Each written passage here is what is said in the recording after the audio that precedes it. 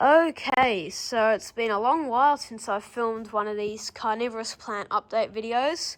I'm sure many of you would have thought I quit this channel entirely, but not yet. Hopefully I won't quit it for a long time. But I've got two reasons for not uploading for a while. One of them is it's just gone into winter, so all of the plants have virtually stopped producing new growth and they've all slowed down. But the other reason is I've just had my half-yearly exams at school and I've had to study a lot lately for those, but they're all over and I'm happy with my results, so that's great. And now I have a lot of free time to walk around my collection and do other stuff I enjoy. So we'll just start off here because this is the only new addition to the collection since the last time I filmed one of these videos. I actually got this last weekend at Flower Power because I just thought it was a nice, cool addition. It's a Nepenthes ventricosa cross ampullaria, otherwise known as Bloody Mary, and I thought it was funny that I'd never got one of these plants because they're such a beginner sort of plant. It's got a bit of dirt on it there because I just watered this actually. But yeah, so I thought it would just be cool to get one of those because I've never had one before. So I'll have a look at some of the new growth. There's not much. We'll start off here on my truncata giant. It's got a new picture here. Peristome looks a bit deformed, which is funny. Looks a bit thinner than it's supposed to, but it's a nicely sized picture.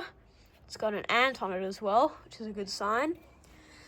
Many of these highland plants are going to start doing a lot better in winter because they like the colder temperatures. For example, my Nepenthes spectabilis, just a straight species, has put out two new pictures. Oh, it's gone into macro mode. Have to get out of that. There we go. Has got two new pictures, which are in there. One of them hasn't opened, but much bigger than the other one. And before these two, this plant has never had a picture for me, so that's really exciting. We'll move over here to my petiolata. Apologies if it's out of focus. But here we have the newest picture, which hasn't yet opened. Since I moved all these around, some of the pictures are a bit dangly and sideways. But my favorite new picture in the collection is right here. It's a Maxima Rocovicii Jacquelineae from Exotica Plants, and just look at the comparison between this new picture with all the stripes and this slightly older picture, with a totally just red plain peristome. When I got that as a free plant from Exotica, didn't expect much of it, but after seeing that picture over there, I am very excited. Down here somewhere, we have a new picture on my Maxima Stanophila lowii Rocovicii. Oh, gone into macro mode again, and we're back out. So there we go. That's a nice picture. You can see the stripes on it. Got to get up here. A lot of the toothy hybrids are actually doing better than I thought. The Rocco, what is it again? Rocco Exotica Boschiana-Vicii Wartsiana.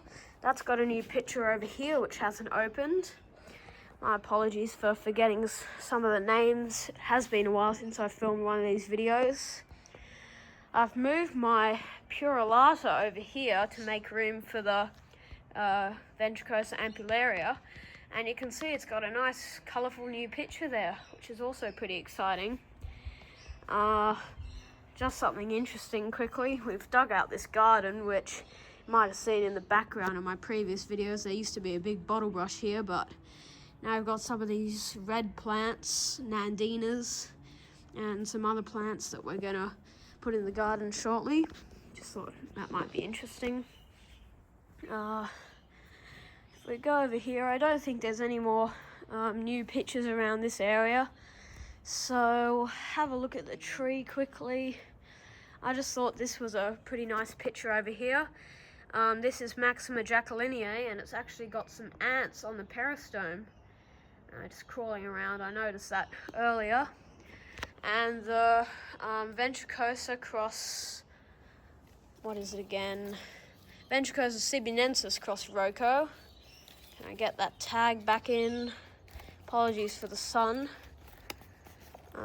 Yeah, just leave it like that. But that's got a nice chunky picture there. Hopefully that'll get a lot bigger next summer.